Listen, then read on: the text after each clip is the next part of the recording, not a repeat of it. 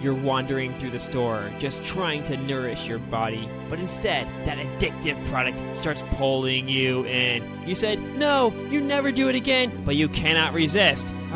There's something about it. Just looking at it feels so good. Your brain wants to relive those moments of pleasure from the past. Just one more time. This will be the last. But you know you'll do it again. You're no longer free. That thing owns you. How do you overcome these powerful forces and stay true to yourself and your health? This is episode number 6, 10 mental hacks to save you from addictive substances and foods. We go through so much of our waking life on autopilot. It's that fast, unconscious, automatic, System 1 kind of thinking popularized by Daniel Kahneman and also what Malcolm Gladwell calls blink.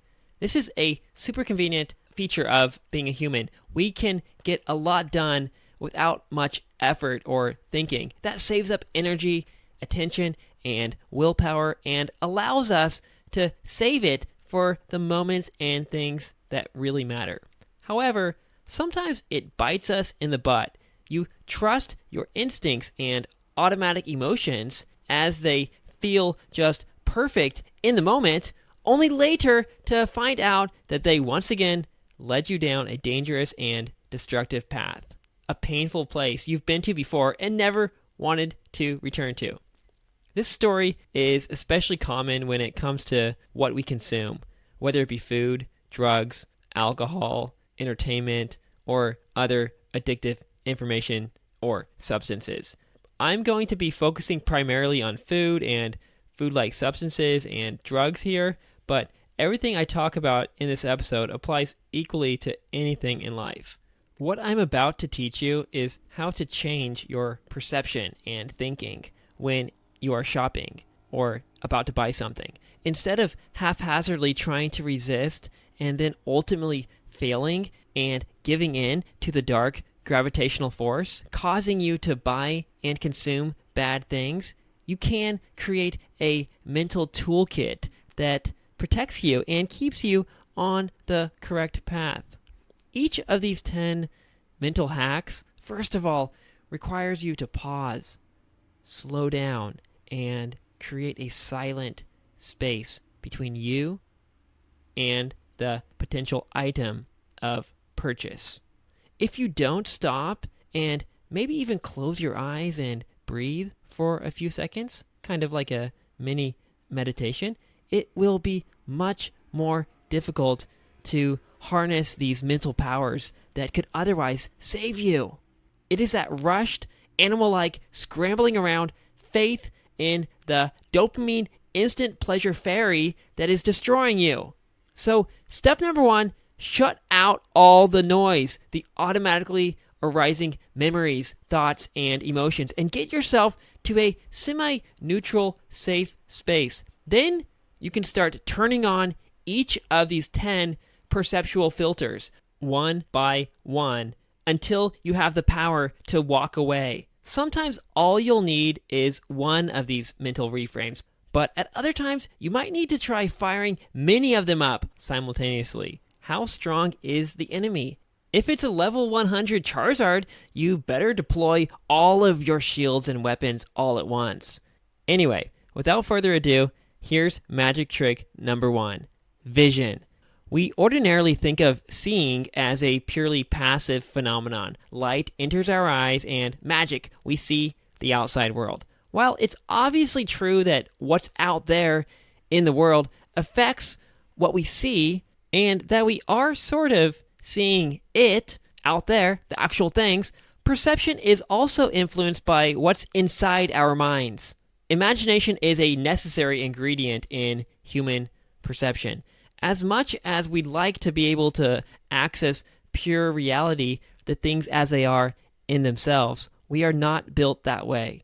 Nor is probably any organism. For one, our brain and eyes, actually the eyes themselves are part of the brain. Special quasi-external parts popping out. Anyway, our brain is built in with automatic limitations and filters. It's like we have augmented reality contact lenses built in, sewn into our eyes from birth.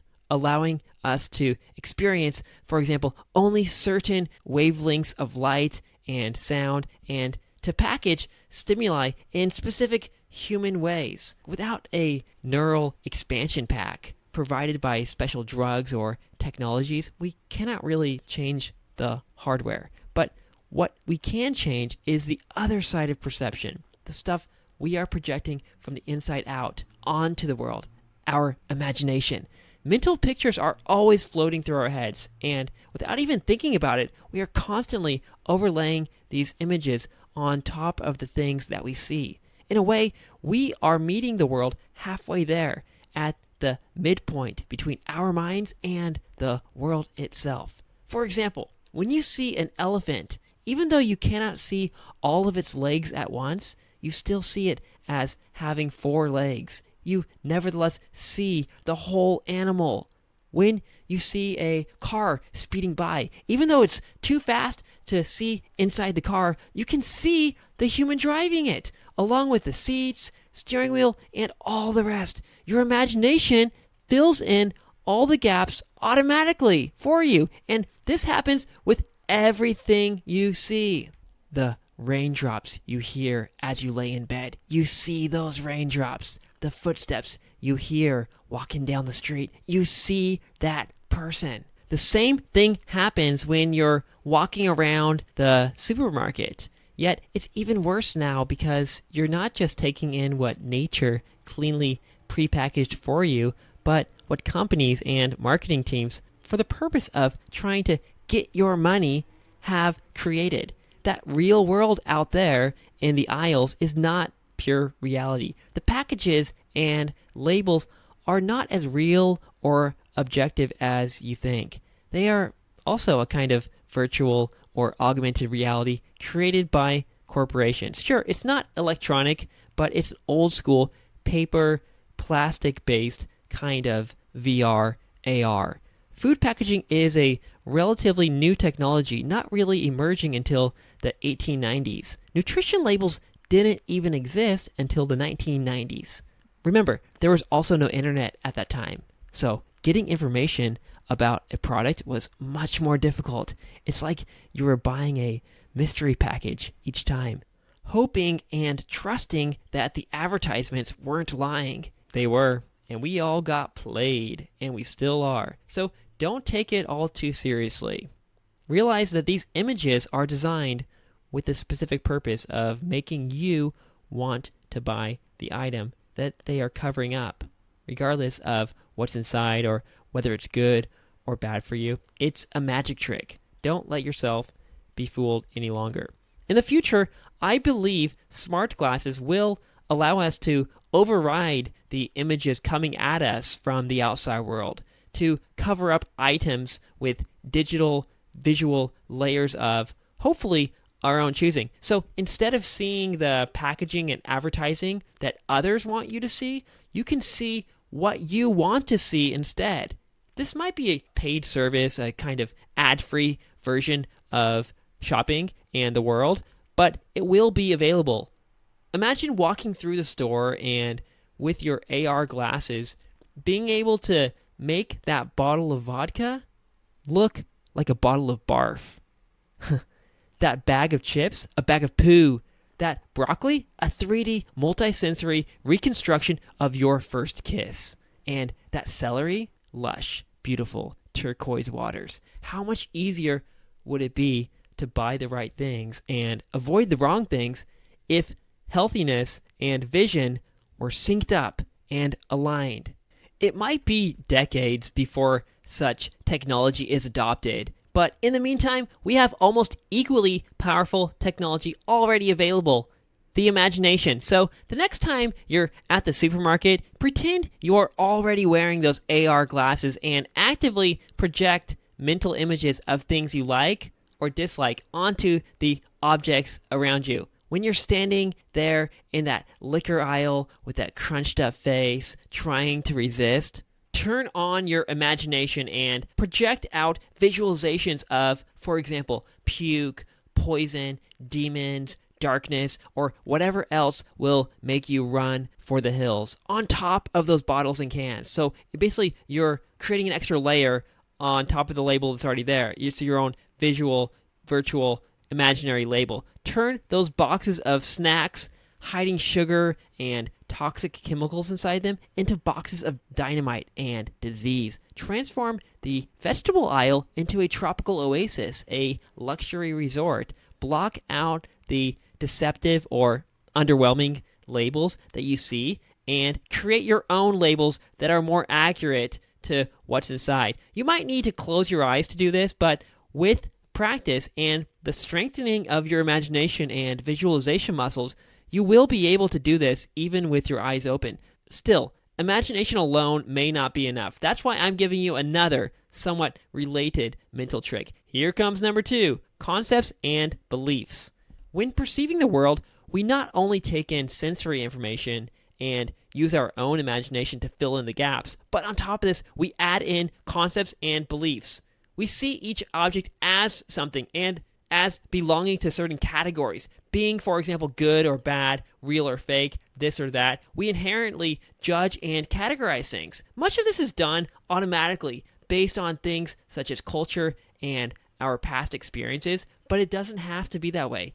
You can repackage reality. You can change your beliefs by, of course, reading books, listening to podcasts, taking classes, having new experiences, and education in general. And while that is the overall best strategy, it takes time, continuous action, and patience. For the time being, it would be useful to be able to just consciously choose which concepts and beliefs you attach to which things. The key word here is conscious, and that's really the only way you're going to be able to skip the line and short-term hack the long education experience process and get some immediate results. You'll kind of be lying to yourself, and it will feel a bit uncomfortable, but it's like that fake it till you make it thing, and in the process of faking it, you might actually believe it and thereby change your behavior. It's better to be fake, or a better word here is imaginative, for a few minutes than sick and addicted. Let's look at some examples. Normally, you categorize only certain items as food. You apply the concept of food to things like fruits, vegetables, and all the other ordinarily eaten items such as snacks, fast food, and everything. You believe that these are things that can be eaten. Here's where the trick comes into play. You can tell yourself that items X, Y, and Z are not food, not edible. Instead of categorizing, say, cereal as food, you can categorize it as dog food or packaging material. Mentally send them to Office Depot or wherever. You can categorize beer and liquor as cleaning supplies and donuts as Christmas decorations or baby frisbees. Make it as silly as you want and allow yourself to believe in and live in your new fictional world for as long as it takes for you to calm down and make the right decision. Even better, combine this with the visual overlay from hack number 1, and especially if repeated enough over time, you will find it easier not to crave those dangerous things.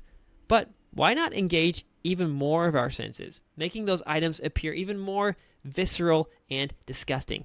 Hack number 3, smell. Oh, we are hardwired to be disgusted by and escape from bad smells. Obviously, they represent death, decay, and disease, and we want to live, and we want to multiply.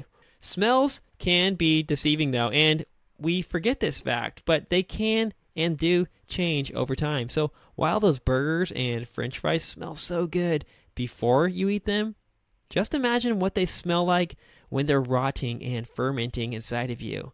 Sorry to ruin your Happy Meal there, buddy, but you need to become more skeptical and clever when it comes to smells. While generally speaking in the natural world, good smells come from healthy things and bad smells come from unhealthy ones, that logic is all thrown out the window when it comes to man-made foods. Teams of scientists working for these food and drink corporations design food to look, taste, and smell amazing, to cover up the nastiness inside and trick your mind into thinking that these things are safe to eat. Those smells are very often false promises, though. tantalizing scents leading you into the witch's candy house, like in Hansel and Gretel. When it comes to processed, man-made things, even with beauty products like lotions, shampoos, and perfume, never trust the smell. It is usually a red herring, something to lead you off track, sometimes in a very dangerous direction. Smells are so powerful, though, that they are etched deeply into our memories, and we can recall them and almost relive them at will. Imagine right now the smell of a rose, a Christmas tree, an ocean breeze, your lover's hair. It smells so real, doesn't it?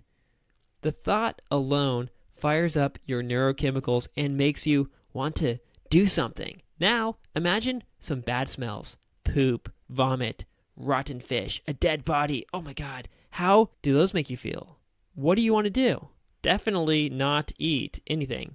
Not put anything in your mouth, right? While it's somewhat of a self-torture to put yourself through this painful exercise that I'm about to explain, it can be used as a last-ditch emergency effort to help you resist buying and consuming the wrong items. There will certainly also be augmented olfactory devices in the future, allowing us to actually experience artificial smells. But for now, you're going to have to rely on the trusty old friend, your old best friend, Mr. Imagination. Deploy it throughout each store. Imagine that you're wearing that special nose piece from the future and launch these mental gas attacks onto whatever foods or whatever you're trying to avoid, and sprinkle your favorite smells onto the foods you know you should be eating more of.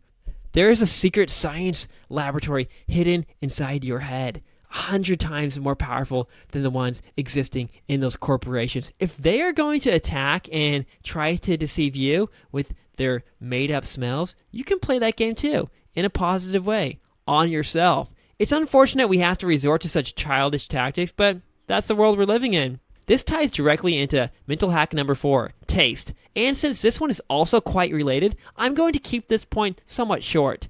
It's basically the same hack as number 3, but with an added twist. When you taste something, you're basically also forced to smell it, so it's doubly potent. Double prizes. God, just imagine all those horrible items from the previous exercise, and don't do this, but imagine them in your mouth, on your tongue.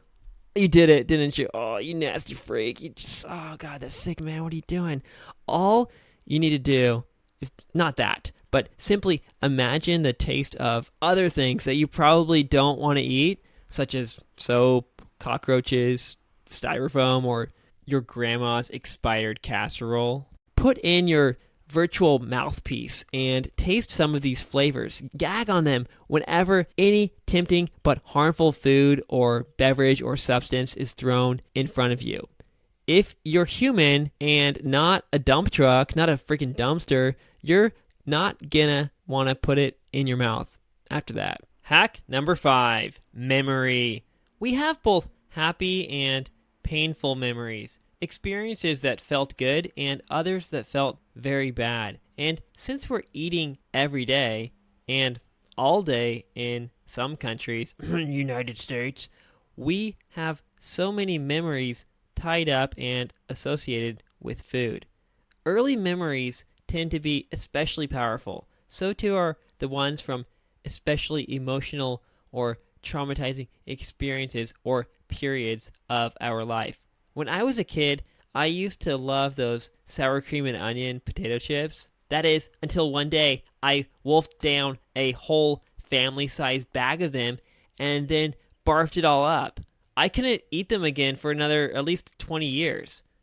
When I taste beer, I am teleported back to my 13-year-old self, huddled on the side of a house with my friends on the 4th of July. The smell and sound of fireworks in the background. Us boys bonded together through this forbidden, delightful new experience. It tasted horrible, but it felt so good. Intersplice this memory with memories of getting drunk in college, Korea, Japan, and basically every vacation in my life. And when I see those cans staring at me through those foggy glass refrigerators, it all comes rushing back like roaring rapids, and I want them. What I should be doing instead, if I've learned my lessons, is to forget about all that and load up my memory reel with all the painful and horrible experiences with alcohol, which is most of them. Barfing, experiencing pounding headaches, shitting my pants. Actually, that was my friend. And even worse, losing or breaking important things, people getting hurt, punched in the face, crying, and whatnot, and breaking rules that shouldn't be broken, playing with fire, Russian roulette with my future each time it touches my lips. And we've all felt this. We all know this. The fear, dread, and regret on the following days, sometimes weeks, not to mention the hangovers and loss of focus, freedom, and control. All that should have been enough of a wake-up call. That's what I should see when I look at those shelves of liquor. But no, those pleasant memories, however rare they might be, taste too good. The initial dopamine high comes frolicking back, teasing me, tantalizing me, telling me to trust it, to play with it, whispering to me in its seductive voice, "Come on, baby, just a little, just one more time. I ain't gonna hurt you. This time gonna be different. I'll stop when you say stop." No. Don't trust the dopamine. We each have our own set of memories, and they're always automatically running in our mental theater, shaping all of our perception as we look out at the world. We are memory machines, and there's nothing we can do about it, nothing we can do to completely turn it off. What you can do is consciously walk through your library of memories and try to press play on the ones that will help you and stop on the ones that keep dragging you down. Remember the good times, the ways you felt after eating real food, like vegetables, after drinking water, and saying no to the junk. How long did that feeling last? Days, perhaps? Maybe weeks? And did it ever mislead you? My guess is no. This also ties directly back to the previous episode about the trustworthiness of food. Stick with the foods that keep their promises and break up with the ones that keep lying to and deceiving you. Anyway, before buying something, remember to pause, sit still, and reflect on the wider reality. Do not get distracted by the memories that automatically show up like pop-up ads. Look wider at your entire catalog of memories and force yourself to look at the items more objectively with the complete set of data, not just the most attractive and convenient data points that come up and show themselves all the time. Slow down, maybe even close your eyes and listen to all of your memories, especially the ones you usually suppress or ignore, and don't just let the loud, flashy, outgoing ones steal the show. This is another reason to also maybe keep a diary. Remember, memory is a double-edged sword. Use it actively to your advantage, allowing it to guide and protect you, rather than passively letting it stab and destroy you. Okay, enough of this sword talk. On to mental hack number 6, time travel. This is a fun one. It'll also help reconnect you with the persons you once were and still are deep inside, and your future selves, the people you are about to become. This feels great because it reopens lines of communication and love between the various versions of you throughout time. By zooming in and out between the past, present, and future, and looking at, meeting with, and taking care of the you that is there at each point in time, you are paradoxically able to both lose your sense of self and merge with your larger, non-temporal, non-ego-based self. You are also able to act more intelligently and in ways that serve you long-term, saving you from becoming too myopic, so focused on feeling good right now that you sacrifice and forget about your future and past selves, forcing them to suffer the consequences and pay the ultimate bill. This exercise is comprised of a couple of different parts. First, remember your past. Specifically, resurrect an image of your childhood self. You can choose the age, or even better, flip through different ages, various moments in time, and repeat this exercise again and again until it starts working. Say hello to your inner child. Hug him, kiss him, tell him you love him, and listen to whatever he has to say. And then, once that's all finished, imagine it's now time to eat together, eat dinner or lunch together. And you, the adult, time traveling from and transporting food from the future, get to decide what that child eats. And let's say he will eat whatever you give him, which is whatever you are going to eat now in the present moment. Ask yourself, would you feed that item to yourself as a child, much less any child, with full knowledge of how it's going to affect his development, feelings, actions, and overall future? You might think twice. She is just a child trying to survive and be happy. You are an adult, and you should want to do what's best for her, best for you. What you eat, she eats. If you wouldn't give it to her, don't give it to yourself. And vice versa. What do you wish you ate more of as a child? Eat that now. Also, ask your inner child what he wants to be when he grows up. You might still want to be that now, but have only forgotten. Remember your deep childhood dreams and make sure that your actions, including your consumption choices, are in alignment with reaching them. The past is the past, you might tell yourself, and this is all just spiritual woo-woo. If that's the case, and you don't want to do this, you're missing out. But even then, you cannot deny that your present actions do affect your future. So part 2 of this exercise is to imagine that future self. For the strongest effect, imagine yourself really old, like being 85 or 90 or older. Imagine yourself frail, sick, and lonely, eating what you are about to consume here in the present. How does that make you feel? Does it make you scream out and cry, "No, don't eat it, don't eat it, that's not good for you, it's gonna kill you"? Or does it make you smile and say, "Yes, eat that, and you are going to get better, you are going to be okay"? Imagine that nourishment, rebuilding that weak, sad person into a strong, healthy, vibrant, happy human being who doesn't even look old. Flip between that and another version of your older self. A man, a woman, sitting in a dark room, alone, sad, TV flickering in the background, junk food in his trembling hands, eating his last bite, dying. Dead. You are dead. You could have saved him. You can save him now. It's not too late. And also, meet with the person you could have been. Why weren't you able to become that person? What stopped you? And specifically, is this action you're about to engage in, this addictive thing you're thinking about consuming, going to get you there? Or is it forfeiting even that possibility? Is it even possible to have both the you that you were truly meant to be and this nasty little substance? Make a choice now. You or it. Only one of you can really survive.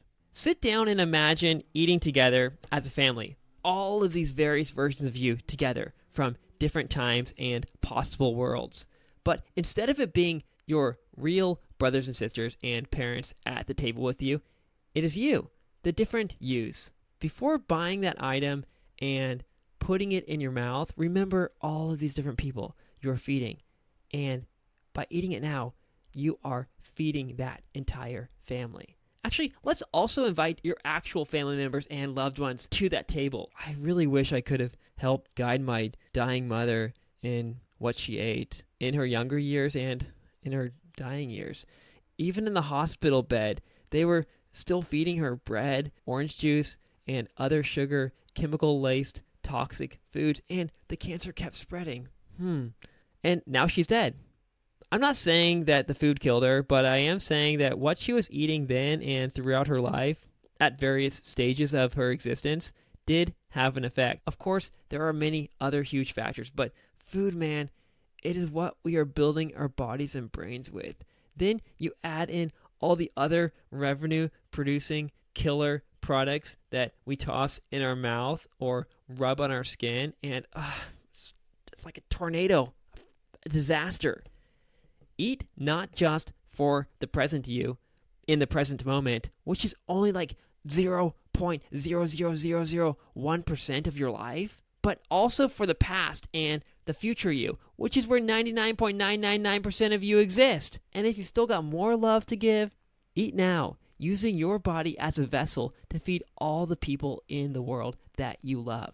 And a fun little not so secret bonus, you can use these time travel exercises not only for decisions and actions regarding food, but everything you do today in your life. Zoom in, zoom out, and travel to both nearby and distant times. Each and every one of your actions ripples through time like light traveling across the universe. Okay, wow, that was pretty powerful. Let's pause for a second or two and let it soak in. Man, do we even need any more hacks after this? Isn't this enough?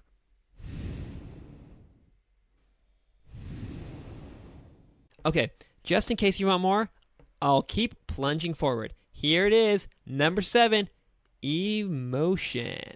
We have both positive and negative emotions, of course. They usually arise without our permission, taking grip over us and controlling our behavior. But if you slow down, take a deep breath, and pause, you can grab the steering wheel of your emotional cockpit. Now, consciously, forcibly conjure up positive emotions like happiness, joy, calmness, and awe, and feel those feelings when you're looking at foods that you know are good for you. Associate good with good. That'll help you want to eat those foods even more. And harness negative emotions to attack and dismantle the foods and items that you don't want in your life. When you see that addictive food or substance sitting there taunting you, or you're driving by and you see that delicious restaurant that has caused you so much pain, unleash these negative emotions onto them like magical spells from your wand. Transform the beautiful looking princess back into the evil witch that she truly is. I don't want to promote negative emotions, but they're there, whether we like it or not. So we might as well use them for beneficial purposes. Let's look at some of these emotions: fear, anger, sadness, disgust, and jealousy, one by one, and how we can use them to overcome addiction. First, what do you fear? Death, disease, imprisonment, loss in the form of health, relationships, money, or freedom? Being stuck forever in your current situation, your current lousy job, or worse? What do you fear the most? Feel that fear, imagine it, and let it wash over you. Don't fight it. And then create a vivid story, the more realistic the better, about how consuming this item will lead to your greatest fears coming true. Imagine yourself with that cancer diagnosis, or sitting in that prison cell, or suffering in the worst imaginable way. This is very easy to imagine in connection with drugs and substances like alcohol, but with a couple of mental leaps, it's quite easy to imagine even with all the other obvious addictive, unhealthy foods and products out there. Be thankful that you are still safe and okay right now, that it's not too late, that you still have a chance to turn it all around. One day, if you keep it up and continue this reckless consumption, you won't. And you'll wish so desperately that you could have gone back in time just for a moment, like where you are right now, and stopped yourself. But that chance isn't always going to be there. So here, now, is your chance to do it. Here, now, is your chance to save yourself. Now flip on your sadness switch. Imagine someone you love, for example, being treated unfairly, unjustly, experiencing extreme sadness and pain. For me, it's super easy right now. I imagine my mom, her crying face, that looks like my crying face, suffering and dying.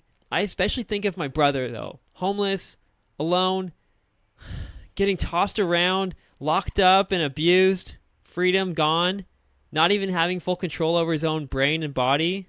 I see him as a little boy, us growing up together, us sharing a room, and all those years, both of us just wanting to be loved, to be seen, to be hugged, just once. He's not asking for that much, but the world is not making it easy on him. He drew some unlucky cards. It makes me cry. When I wrote this in the first place, when I came up with this outline, I was crying. And such tears instantly drown out any desire for me to go out drinking or slam through a pepperoni pizza or whatever other addictive, freedom-sucking thing is coming at me. Wherever he is, whatever pain and loneliness he's feeling right now, he is not alone. I am with him in my every action, even if only through my imagination.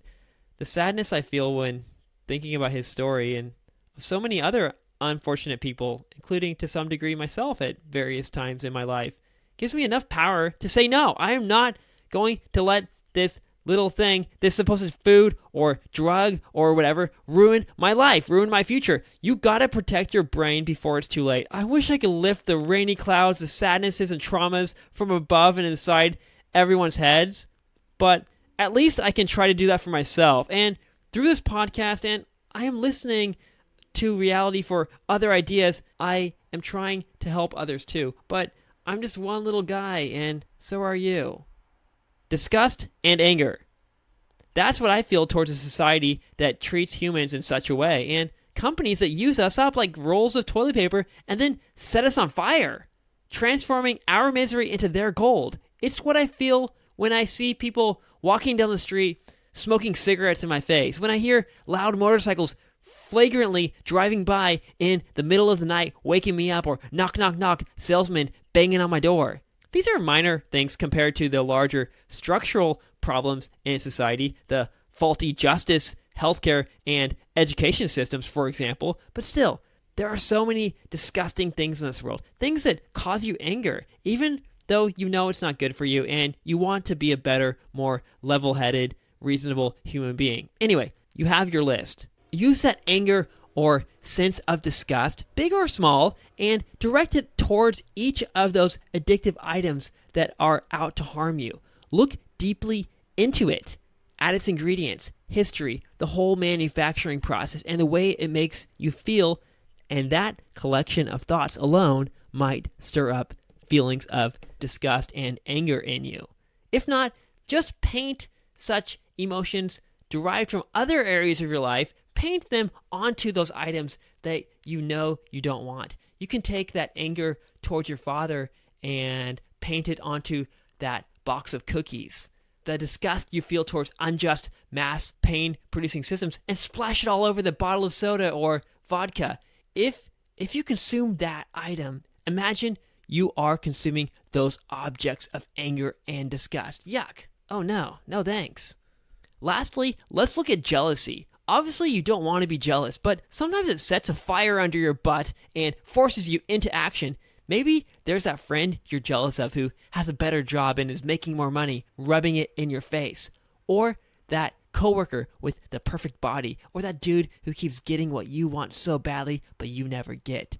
Take that jealousy and use it to motivate you to take even better care of your health. See foods and consumable substances not just as instant pleasure and entertainment, but as tools and materials for building a better you, one that has excelled far beyond these people you are secretly now admiring, and one that is truly worthy of your jealousy. But it's you, the future you, so no need to be jealous. Remember that if you consume the wrong things, they are only going to put you in a worse off state, making you even less successful and further from your goal, causing even more jealousy and envy to boil up inside you. Also, do what Dr. Amen suggests. Have brain envy. Care deeply about the health of your brain. Instead of comparing yourself with others in terms of superficial things like wealth, status, material possessions, and random achievements, focus your attention on making your brain better. And the good news, this is not a zero-sum game.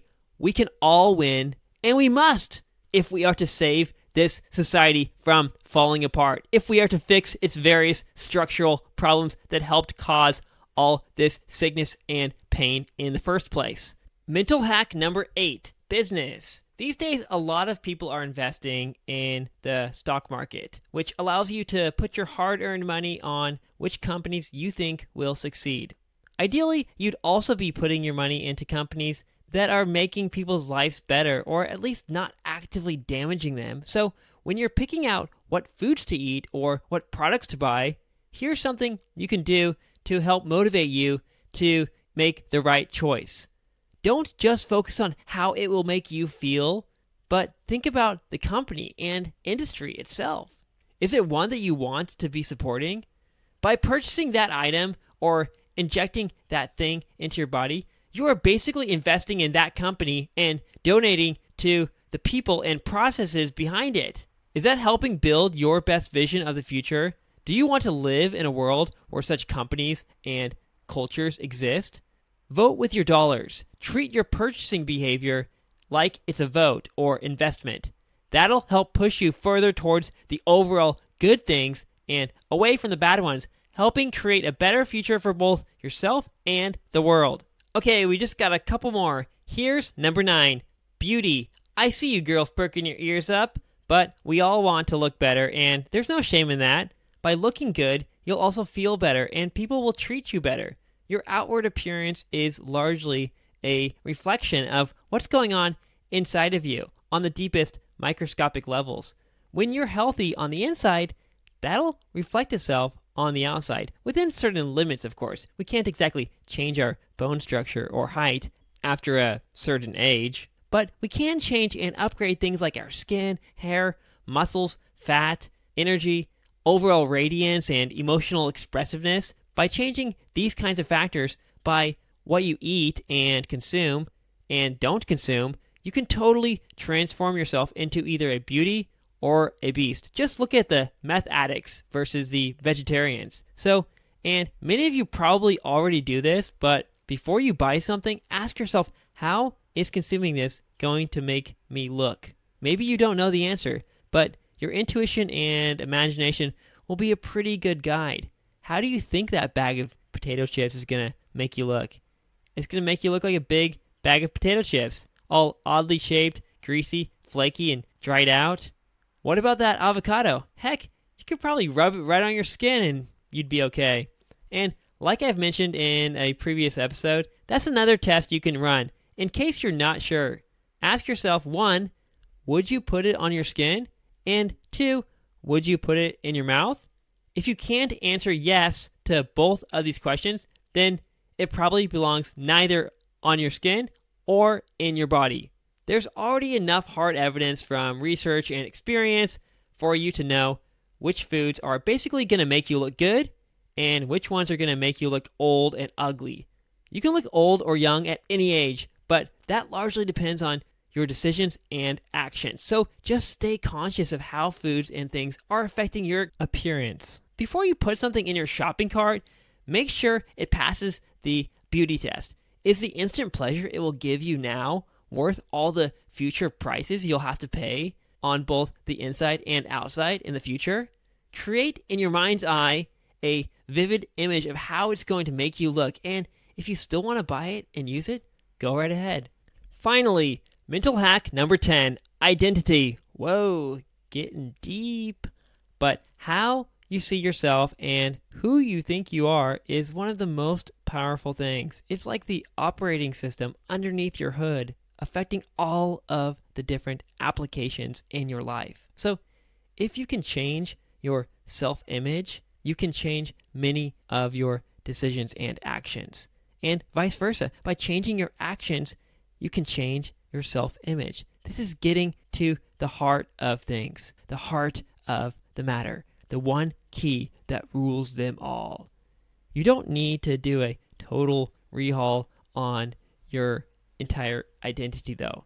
You're not becoming a monk or a prisoner or soldier, though I guess you can if you want to go to such extremes. That's the hardcore version of this. Instead, let's do it a bit more slowly, gently, one piece at a time. All you really got to do is ask yourself a couple of simple questions. Is consuming this item in alignment with who I am and what I stand for? Is the momentary pleasure of this little thing worth all the cognitive dissonance and self-hatred I'm going to experience later on? We feel happiest when we live in congruence with our image of ourselves, when we have integrity. The worst feeling in the world is when you know you are living a lie, yet still cannot control and stop yourself. Identify the lie or false action before it occurs and stop it in its tracks. Keep your identity strong and intact over time by continuing to consume more of the things that match who you are and are trying to become, and fewer of the things that are doing the opposite. The reality will slowly unfold and you will gradually start becoming the truest version of yourself. You can also work this angle from the inside out. Proclaim new statements of identity to yourself, defining who you are, saying things like, I don't drink alcohol. I don't eat anything containing vegetable oil. I don't drink coffee after 12 p.m. I don't do drugs. I instead eat vegetables every day. I drink 2 liters of water every day. Then, when the tempting options present themselves to you, they won't even be options. Saying no will be automatic and easy, just as will be saying yes to the right things. Just as a Muslim wouldn't eat pork and a nun wouldn't be tempted to have sex, you won't consume it. It's not who you are. It's against your identity, against your beliefs. You are someone who does this, not that. Another thing you can try to do, and this is more difficult but even bigger and more important, is drop and dissolve your individual ego altogether. Re-identify yourself with not just this person in this particular body, but as something larger. How large? Well, that's up to you. It's your identity. Maybe you can start identifying as being one with your family or community, thereby letting your actions be guided by what will best serve all of you as a whole. Or you can see yourself as part of nature itself, as being one with all of reality. Then, when, for example, a food is killing the planet and various animals and living organisms on it, that would not just be destroying your home, but actually destroying you. You are that dying cow. You are that river run dry. You are an ecological disaster. Also, a funny thing happens when you dissolve your ego boundaries, your identity. When you do that, all of the psychological possessions, such as addiction and trauma attached to the ego, often dissolve and disappear along with it, essentially curing you. This is a deal. You're going to have to change regardless. Either you find a way now to start gently analyzing and dismantling and rebuilding your identity, making it less ego-driven, less narcissistic, less about you, because that you doesn't even really exist. It's all in your mind, all in your head. And that's why you're suffering, because you're holding on to that illusionary self. Or one day, maybe suddenly, reality will force you to wake up. Outside forces will rip away your identity, your precious identity from you, stripping you of your psychological and maybe also material possessions. It's going to happen to all of us, even if it's not until we're on our deathbeds. But better to do it now in the slow, somewhat pleasant way on your own terms than in the forced, painful way coming from the outside. It's a miracle how powerful mindset is. It's amazing that we can consciously, in this almost fake it till you make it kind of way, change our perception, both of reality and ourselves. There is a bit of madness or insanity to some of these exercises that I've come up with, I know. But sometimes you gotta get a little delusional and resort to such unconventional tactics if you want to make your life more unconventional and great. If you don't change your perception, it'll take you longer to change your actions. Of course, in the meantime, while using these short-term quick hacks, which are like life rafts or pepper spray, protecting you from immediate danger and lifting you temporarily up to safety, you should also be playing the slow game of repeated action, creating your art, staying curious, learning, building new skills, having new experiences, sitting in silence and meditation, reducing consumption overall and increasing production, and deepening your relationship with conversation with nature and the larger reality. You can pick and choose from this list of tools that I provided, or stack many or all of them on top of each other, like a 10-layered shield. Make a fun game out of it. Get silly and creative. Think of it as a chance not only to enhance your willpower and decision-making powers, but to exercise and strengthen your imagination and creativity.